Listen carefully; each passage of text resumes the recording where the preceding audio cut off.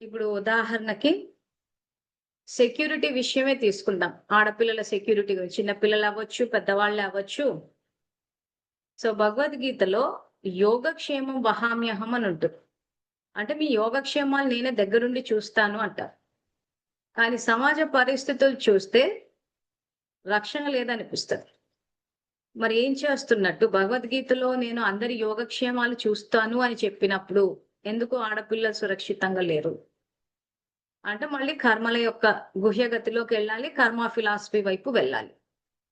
So ఇక్కడ మనం తెలుసుకోవాల్సింది ఏంటంటే, మన యోగక్షేమాలు భగవంతుడు ఏ రకంగా చూస్తారు అనంటే, ముందు ఆయన పరిచయం మనకు తెలియాలంటే, ఇందాక చెప్పినట్టు ఆత్మకి తండ్రి పరమాత్మ. సో మనం సాకారంలో ఉన్నామంటే ఆత్మ ఇప్పుడు ఈ శరీరంలో ఉంది. కానీ మనం ఆత్మ అన్న పదాన్ని ఎప్పుడు వాడతాం అంటే, చనిపోయిన తర్వాత వాడతాం.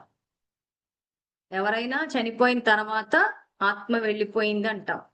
సో ఆత్మ వెళ్ళిపోయింది, ఆత్మకి గుర్తుగా ఆ తల దగ్గర దీపం పెడతాం. ఆ తర్వాత 2 నిమిషాలు ఏదో ఏమంటారు దాన్ని, మౌనం పాటించాలని చెప్పి ఒక 2 నిమిషాలు పాటిస్తారు. వాళ్ళకి శాంతి రావాలి అని చెప్పి. సో ఈ ఆత్మ అన్న పదం చనిపోయిన తర్వాత వస్తోందంటే శరీరం నుంచి ఆత్మ వెళ్ళిపోయింది అంటున్నారు. సో వెళ్ళిపోయిందంటే ఇప్పుడు ప్రస్తుతం శరీరంలో ఉందనే అర్థం కదా! సో ఇప్పుడు శరీరంలో ఉండి ఆత్మ ఏం చేస్తుందన్నదే ఆత్మజ్ఞానం. అందుకే సాంఖ్య యోగాల అర్జునుడు విషాదంలో ఉన్నప్పుడు నువ్వు ఆత్మ అని తెలుసుకో అని చెప్పాడు.